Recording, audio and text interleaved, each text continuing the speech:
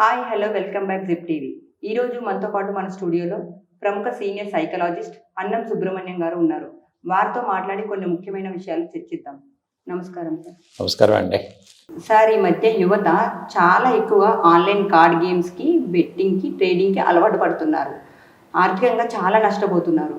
కుటుంబాలు అనవసరంగా ఇబ్బంది పడుతున్నారు. వీటికి గల కారణాలు ఏంటో చెప్పండి సార్. అవునండి, మీరు చెప్పింది చాలా కరెక్టు.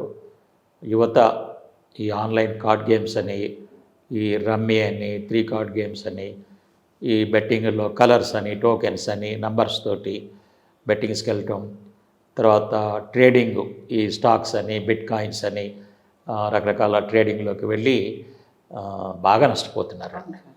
ఎప్పుడైతే వీళ్ళు ఈ విధంగా నష్టపోతున్నారో మరి ఫ్యామిలీస్ ఆ నష్టపోయిన డబ్బులు వీళ్ళు కట్టాల్సి వచ్చింది. వీళ్ళు కూడా ఆర్థికంగా చాలా ప్రాబ్లంలో పడుతున్నారు.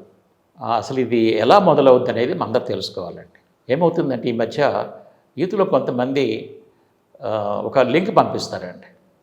ఏమనంటే ఇది మేము ఈ గేమ్ ఆడాము, లేకపోతే ఈ ట్రేడింగ్ చేసాము, మాకు ఇంత డబ్బులు వచ్చినాయి, మేము 25,000 పెడితే 1,50,000 2 లక్షలు వచ్చినాయి, ఇప్పుడు బాగా ఎంజాయ్ చేస్తున్నాము, కాబట్టి నువ్వు కూడా ఈ గేమ్ ఆడు అని చెప్పేసి పంపిస్తారండి.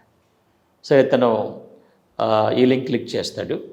సో బాగుంది కదా, మనం కూడా లైఫ్ ఎంజాయ్ చేయొచ్చు అని చెప్పేసి ఎక్కువ శ్రమ లేకుండా డబ్బులు సంపాదించి చెప్పేసి సో ఇతను ఒక 25,000 పెట్టి స్టార్ట్ చేస్తాడండి. పెట్టినప్పుడు 25,000 పెడితే ఫస్ట్ ట్రైలో ఒక 10,000, తర్వాత 15,000, అట్లా కాకుండా 70,000-75,000 దాకా వస్తాయండి. ఇప్పుడు ఇతని మనసులో ఆలోచన ఏమొచ్చుద్దంటే, ఓహో నాకు ఈ గేమ్ ఆడటం బాగా అర్థమైంది, నేను బాగా సంపాదించగలను అన్నటువంటి ఒక బిలీఫ్ వచ్చేస్తుందండి. వచ్చిన తర్వాత మెల్లమెల్లగా డబ్బులు పోవడం మొదలవుతాయండి. అంటే ఆల్రెడీ వచ్చినాయి కాబట్టి ఒక 10,000 పోతే పెద్ద ఫీల్ అవ్వడు. 10,000 పోతాయి, మళ్ళీ 5,000 వస్తుంటాయి, మళ్ళీ కొంత డబ్బులు పోతుంటే కొంత డబ్బులు వస్తుంటాయి. ఈ విధంగా మెల్లమెల్లగా ఏమవుతాయంటే మొత్తం పోతాయండి. అంటే 25,000 పోయినాయి అన్నమాట. అంటే ఇతను అసలు దీంట్లోకి ఎందుకు దిగాడు అంటే ఫస్ట్ అత్యాశ అండి. అంటే మనం ఏమి శ్రమ పడకుండా బాగా ఎక్కువ డబ్బులు సంపాదించిన అత్యాశతో దిగుతారండి. మరి ఇప్పుడు ఈ డబ్బులు పోయినాయి కదా, మరి పోయిన డబ్బులు తిరిగి రావాలి కదా. ఇప్పుడు ఇతను అప్పులు చేస్తాడు, ఫ్రెండ్స్ దగ్గర అడిగి తీసుకుంటాడనమాట. తీసుకొని మళ్ళీ ఆడతాడు, మళ్ళీ పోతాయి. ఇప్పుడు మళ్ళీ ఏం చేస్తాడు, మరి కసి పెరుగుద్ది అనమాట. మళ్ళీ ఆన్లైన్ లోన్ యాప్స్ అని కొన్ని వచ్చినాయండి. వాళ్ళు జస్ట్ పాన్ కార్డు ఉండి అడ్రస్ ప్రూఫ్ ఉంటే వాళ్ళు లోన్ ఇచ్చేస్తారనమాట. అవి పెట్టి మళ్ళీ ఆడతారండి. మళ్ళీ కొంత డబ్బులు వస్తుంటాయి, మళ్ళీ పోతుంటాయి, చివరికి మొత్తానికి అవి కూడా పోతాయండి. ఈ విధంగా 2-3 లక్షలు పోగొట్టుకున్నాడు. ఇప్పుడు పేరెంట్స్ దగ్గరికి వచ్చి చెప్తాడండి, ఇట్లా నేను ఆన్లైన్లో ఈ ట్రేడింగ్ చేశాను, దీనివల్ల ఎంత నష్టం వచ్చింది, అర్జెంటుగా మనం 3 లక్షలు కట్టాలి, కట్టకపోతే వాళ్ళు మన ఇంటి మీదకి వస్తారు, రకరకాల ప్రాబ్లమ్స్ చేస్తారంటే పాపం పేరెంట్స్ షాక్ అయిపోతారు. ఎందుకాడ ఇటువంటి మనకు ఎప్పుడు అలవాటు ఇది చేస్తామని చెప్పేసి. సరే పాపం తప్పనిసరి పరిస్థితుల్లో ఇక నువ్వు ఆడకుండా ఉంటే మేము కడతామంటారు అనమాట. సరే ఒప్పుకుంటాడండి, కడతాడు. కట్టేసిన తర్వాత ఒక 15-20 డేస్ కాముగా ఉంటాడండి. ఈ మధ్యలో ఎవరో ఒక ఫ్రెండ్ ఎక్కడో కలుస్తాడు. కలిసి చెప్తుంటాడు, ఇతను చెప్తాడు అనమాట, ఇట్లా ఆడాను, ఒక 3 lakhs దాకా పోయినాయి అని. అంటే అతను ఏం చెప్తాడు, సలహా ఇస్తాడంటే, అయితే నువ్వు మళ్ళీ ఆడాలి, పోయిన దగ్గరే మనం వెతుక్కుంటే డబ్బులు దొరుకుతాయి మళ్ళీ అని చెప్పి. ఈ విధంగా ఆ ఫ్రెండ్ ఇచ్చిన సలహాతోటి మళ్ళీ రెండోసారి డబ్బులు పోగొట్టుకుంటాడు. ఇప్పుడు మరి అప్పులు ఇచ్చిన వాళ్ళంతా ప్రెషర్ పెడుతుంటారు కదా, మా డబ్బులు అని చెప్పేసి. ఒకవేళ ఈ లోన్ యాప్స్లో తీసుకుంటే వాళ్ళు ప్రెషర్ పెడుతుంటారు. ఇతను మళ్ళీ పేరెంట్స్ దగ్గరికి వెళ్ళి, మళ్ళీ నేను 3 లక్షలు పోగొట్టాను, అర్జెంటుగా కట్టండి, లేకపోతే వాళ్ళందరూ మళ్ళీ ఇంటికి వస్తారనమాట. పేరెంట్స్ చెప్తే, నువ్వు లాస్ట్ టైం ఆడినావు కదా, మళ్ళీ ఎందుకు ఆడావు, మళ్ళీ ఎందుకు పోగొట్టావు నువ్వు, మేమైతే కట్టమంటారండి. అప్పుడు ఇతనే ఉంటాడంటే, మీరు కట్టకపోతే నేను సూసైడ్ చేసుకుంటా, నేను ఆత్మహత్య చేసుకుంటా అని భయపెడతాడండి. ఇప్పుడు పేరెంట్స్ పాపము చాలా డైలమాలో పడతారండి. మరి ఇప్పుడు కట్టాలా వద్దా, కట్టకపోతే నిజంగా చేసుకుంటే పెద్ద ప్రమాదం కదా. సో కాబట్టి అప్పుడు పేరెంట్స్ మళ్ళీ చేసేది లేక పాపం అప్పులు తీసుకొచ్చి మళ్ళీ కడతారండి. మరి ఈ విధంగా మరి 2-3 సార్లు జరిగే తెలికి మరి ఈ ఫ్యామిలీ ఆర్థికంగా ఎంత నష్టపోతుంది చూడండి.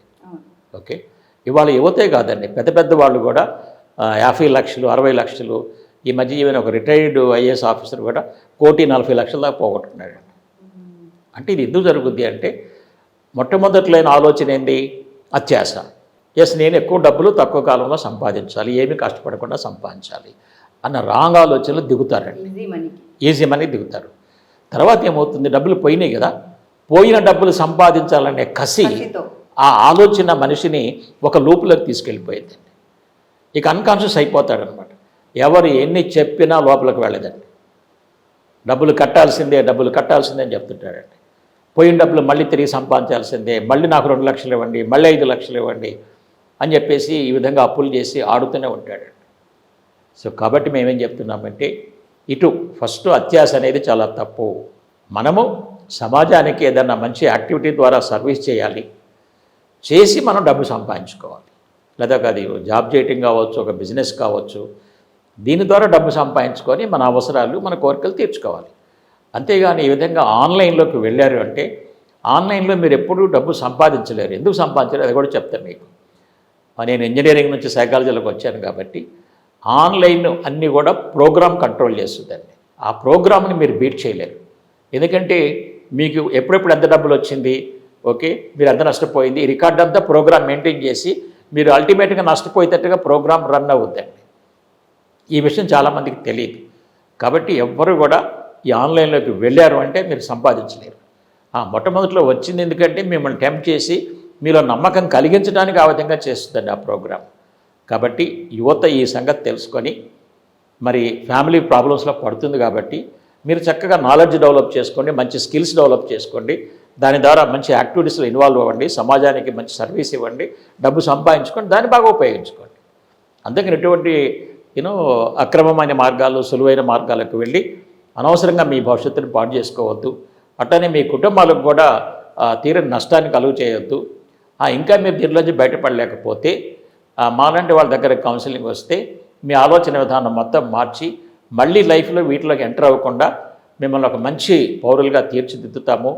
అప్పుడు మీరు మీ భవిష్యత్తుని మంచిగా చేసుకోవచ్చు, మీ కుటుంబానికి సమాజానికి కూడా బాగా ఉపయోగపడవచ్చు. చాలా చక్కగా వివరించారు సార్. Thank you. థ్యాంక్స్ అండి.